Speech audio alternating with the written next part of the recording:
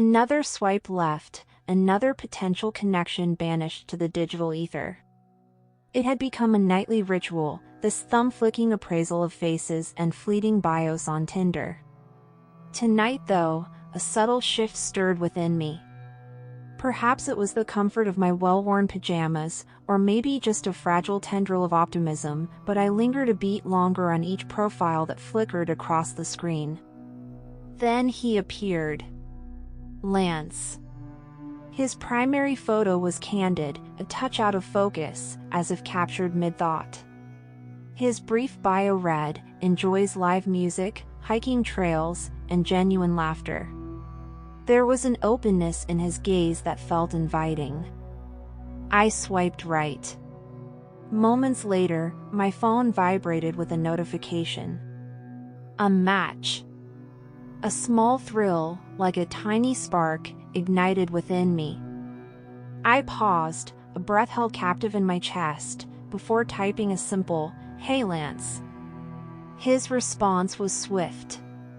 "Hey, hope your evening's going well." And just like that, we began to converse.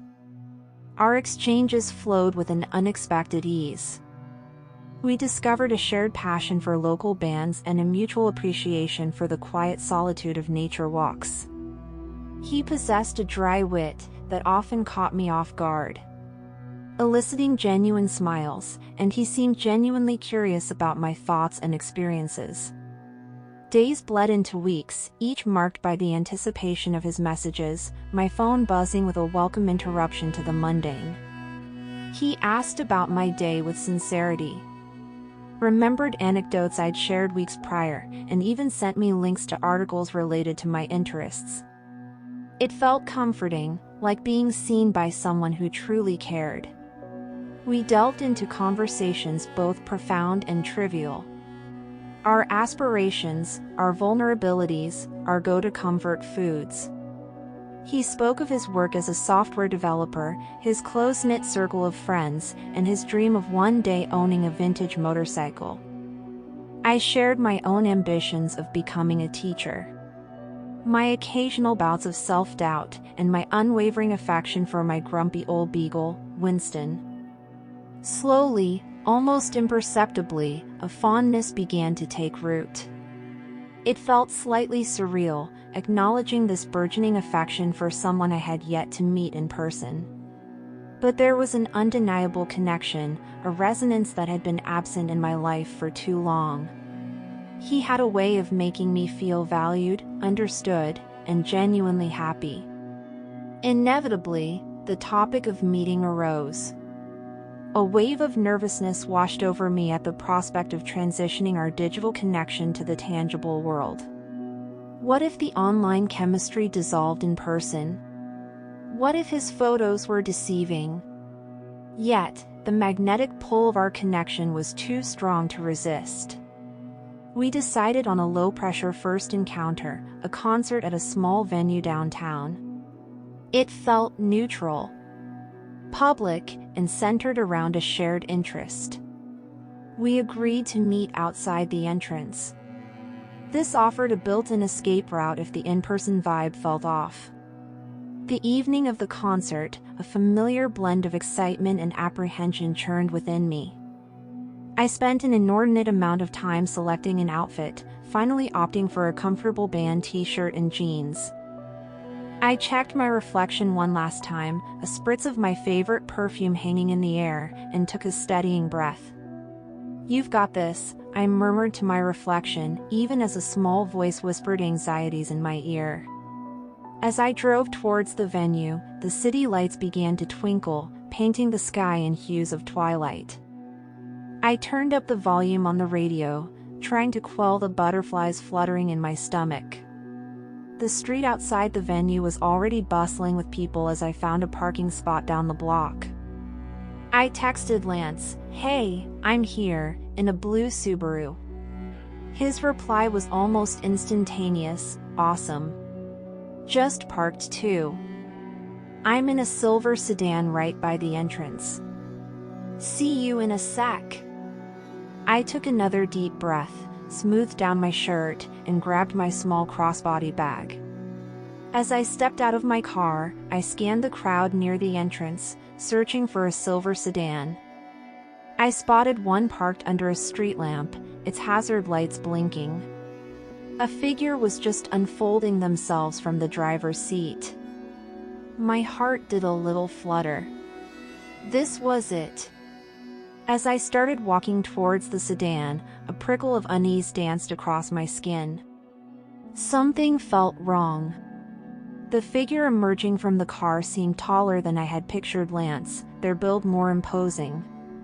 And as they turned towards me, the face illuminated by the street lamp wasn't the warm, open one from his profile pictures. It was harder, sharper, the features cast in shadow. Before I could reconcile this discrepancy, another figure materialized from the passenger side of the sedan. Then another from the back. A knot of icy dread tightened in my stomach. These weren't fellow concertgoers waiting for a friend. They were all looking directly at me, their expressions unreadable, almost predatory. A wave of pure, unadulterated panic crashed over me. This wasn't Lance. This wasn't a date. This was something else, something sinister. Every instinct screamed at me to flee.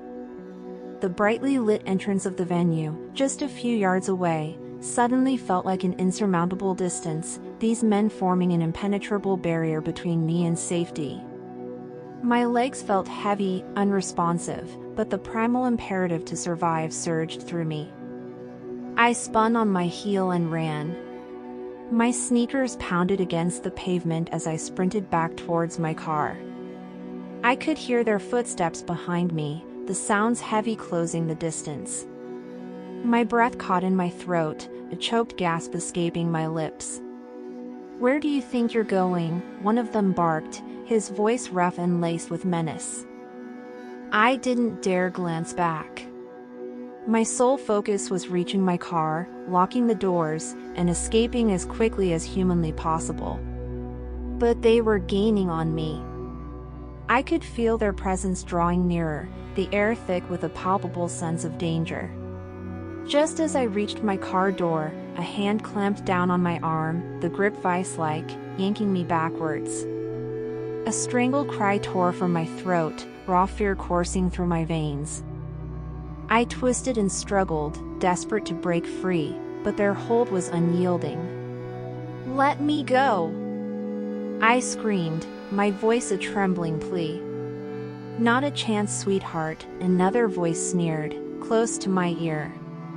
Suddenly, the piercing glare of headlights sliced through the darkness.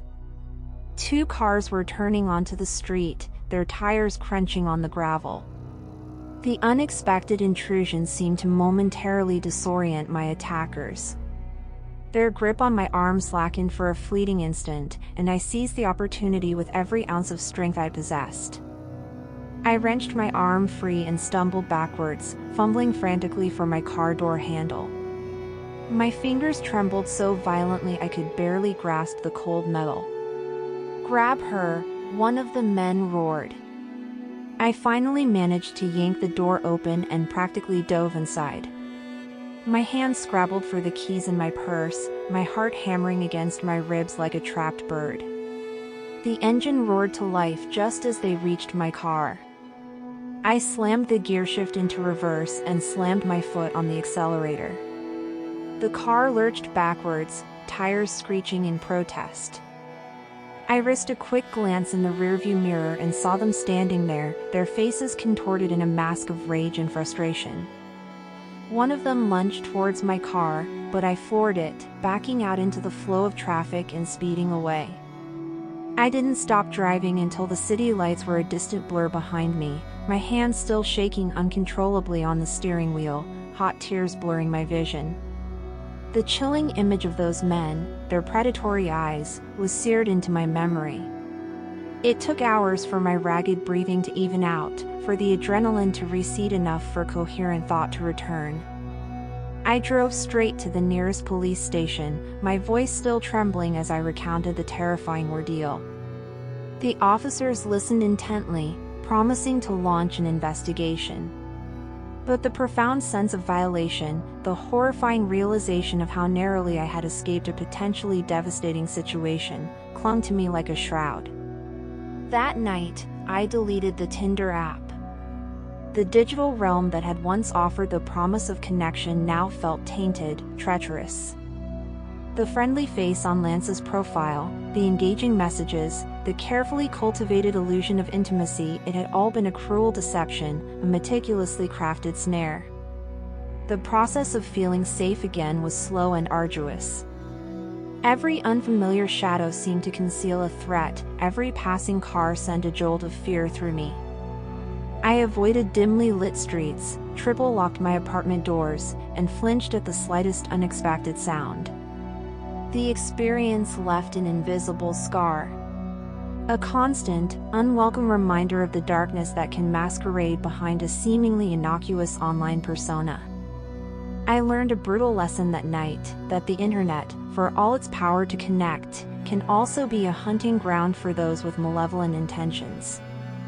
And that sometimes, the most disarming smiles can conceal the most terrifying realities. The pursuit of connection, I now understood with chilling clarity, could sometimes lead down a path fraught with unimaginable danger. And I was profoundly, terrifyingly lucky to have found my way back to safety. But if I lay down and I play dead and I stay dead, maybe you'll get sick of being the monster out of my head, under my bed, thinking something out of